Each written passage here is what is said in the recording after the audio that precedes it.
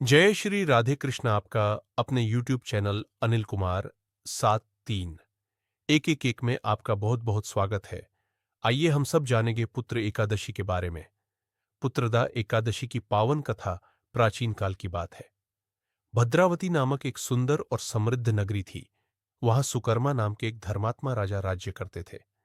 राजा प्रजा का पालन अपने पुत्रों की तरह करते थे, इसलिए जनता उन्हें बहुत सम्मान देती थी।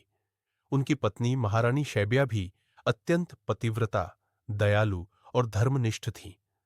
दोनों ही हर प्रकार से सुखी थे, परंतु एक कमी उनके जीवन को भीतर ही भीतर कचोटती रहती थी। उनके कोई संतान नहीं थी। राजा और रानी ने अनेक यज्ञ, दान और व्रत किए, परंतु संतान सुख प्राप्त न हो सका। समय बीतता गया। राजा को चिंता होने लगी कि उनके बाद वंश कैसे चलेगा और पितरों को श्राद्ध कौन देगा। शास्त्रों में कहा गया है कि बिना पुत्र के मनुष्य को पितृऋण से मुक्ति नहीं मिलती। यही चिंता राजा को दिन रात सताने लगी।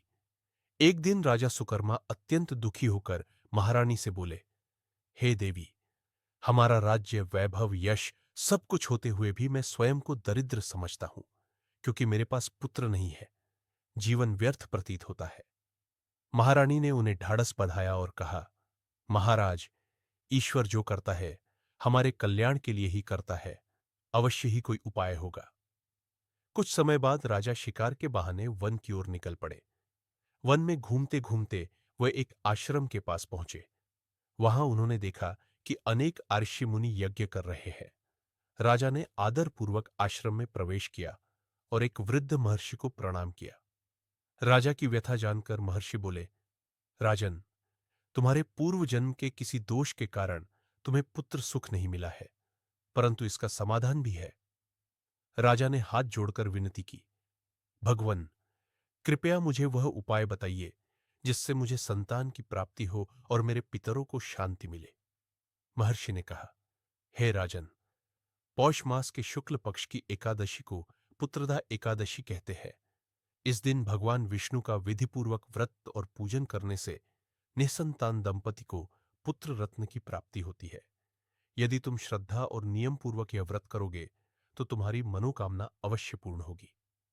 राजा ने महर्षि को दंडवत प्रणाम किया और उनके बताए मार्ग का पालन करने का संकल्प लिया। वे प्रसन्न मन से नगर लौट आए और महारानी को सारी बात बताई। पुत्रदा एकादशी का दिन आया। राजा और रानी ने प्रातःकाल स्नान कर स्वच्छ वस्त्र धारण किए। पूरे नगर में उत्सव का वातावरण था। दोनों ने उपवास रखा, भगवान विष्णु की प्रतिमा स्थापित की और धूप, दीप, तुलसी पत्र, फल और पुष्प अर्पित किए। उन्होंने एयूएम नमो भगवते वासुदेवाय मंत्र का जाप किया और रात्रि में जागरण किया। राजा ने ब्राह्मणों को भोजन कराया और दान दिया। दोनों ने पूरे मन से भगवान विष्णु से प्रार्थना की, हे जगन्नाथ, यदि हमने जाने अनजाने कोई अपराध किया हो तो क्षमा करे।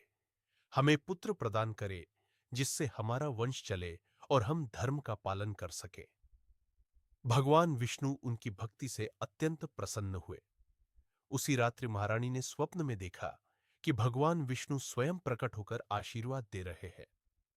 कुछ समय बाद महारानी गर्भवती हुई। पूरे राज्य में आनंद की लहर दौड़ गई। 9 महीने पश्चात महारानी ने एक तेजस्वी, स्वस्थ और गुणवान पुत्र को जन्म दिया। राजा सुकर्मा का हर्ष का ठिकाना न रहा। उन्होंने नगर में उत्सव मनवाया, दान पुण्य किया और ब्राह्मणों को वस्त्र व स्वर्ण दिए। राजा ने पुत्र का नाम धर्मकेतु रखा। वह बड़ा होकर अत्यंत बुद्धिमान, वीर और धर्मपरायण बना। उसने अपने माता पिता की सेवा की और राज्य को न्यायपूर्वक चलाया। राजा सुकर्मा को जीवन के अंत में पूर्ण संतोष और शांति प्राप्त हुई।